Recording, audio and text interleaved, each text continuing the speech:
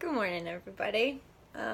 Late to the game. Sarah, thank you for the video and opening up the posting possibilities of doing a video in return. Um, I'm feeling really good about doing video posts as opposed to writing things down.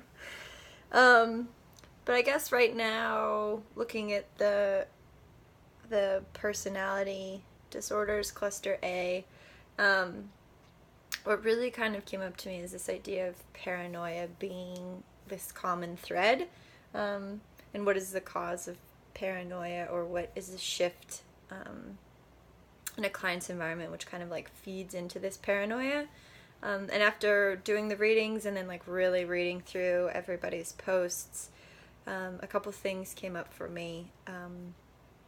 So I know Fofier kind of talked about how do we honor the reality and experiences within the diagnoses. So looking at like the subjective experiences of attachment or trauma and how those impact the client. And then because those are subjective and do need to be honored, and having kind of a multicultural adaptive lens, how do we accommodate for that? And looking at personality and the distinctions of personality, those are all very culturally specific and contextually specific. So somebody who's a survivor of systemic oppression or extreme violence or extreme isolation or brutality, they are going to be naturally more paranoid. It's a survival mechanism. And so as a practitioner, how do you hold that in accountability,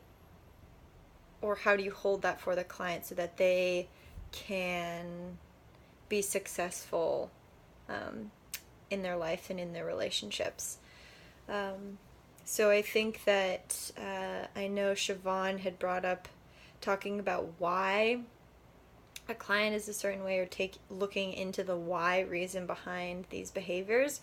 And I'm wondering if we were to shift that why question into a how question.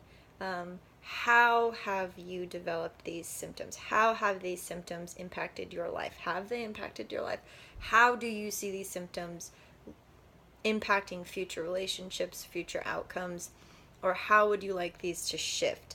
So instead of looking more analytic at the symptoms or the client or these personality, these paranoias, looking into how those paranoias are serving the client as like a meaning making influencer in their daily lives. And I'm kind of wondering, paranoia to a degree, and obviously with all of these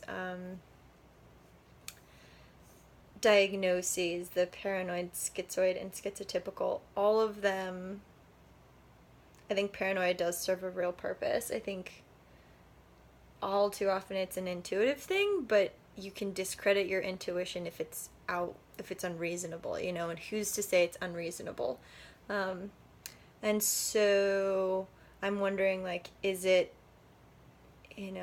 reason to pathologize, or is it reason to diagnose because that client's intuitive nature or paranoia is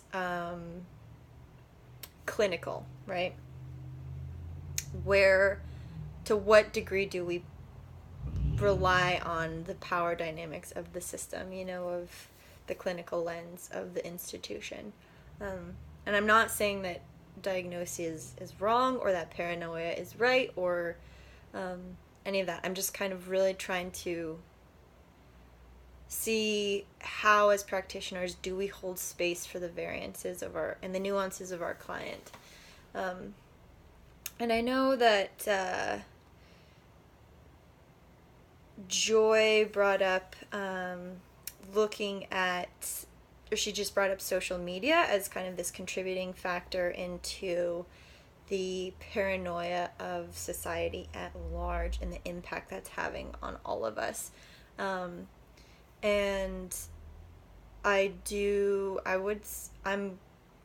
think that there's, specifically with youth, they've never had this idea or this known felt sense, especially in the westernized communities where kids are having cell phones in elementary school.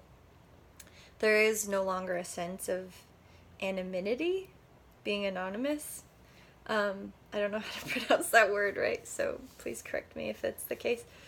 But if you can't ever just be yourself and be in your private space, if you're constantly being checked, or being witness to yourself or witnessing others in a potentially non-consensual way, of course it's going to make you paranoid.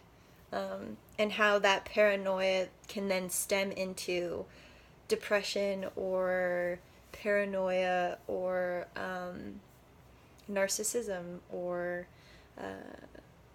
obsessive compulsive behaviors, or like all of these things, where paranoia, I think, is a byproduct of assuming the other.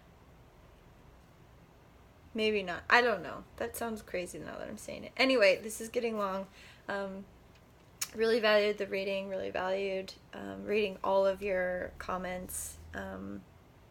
But yeah, thank you.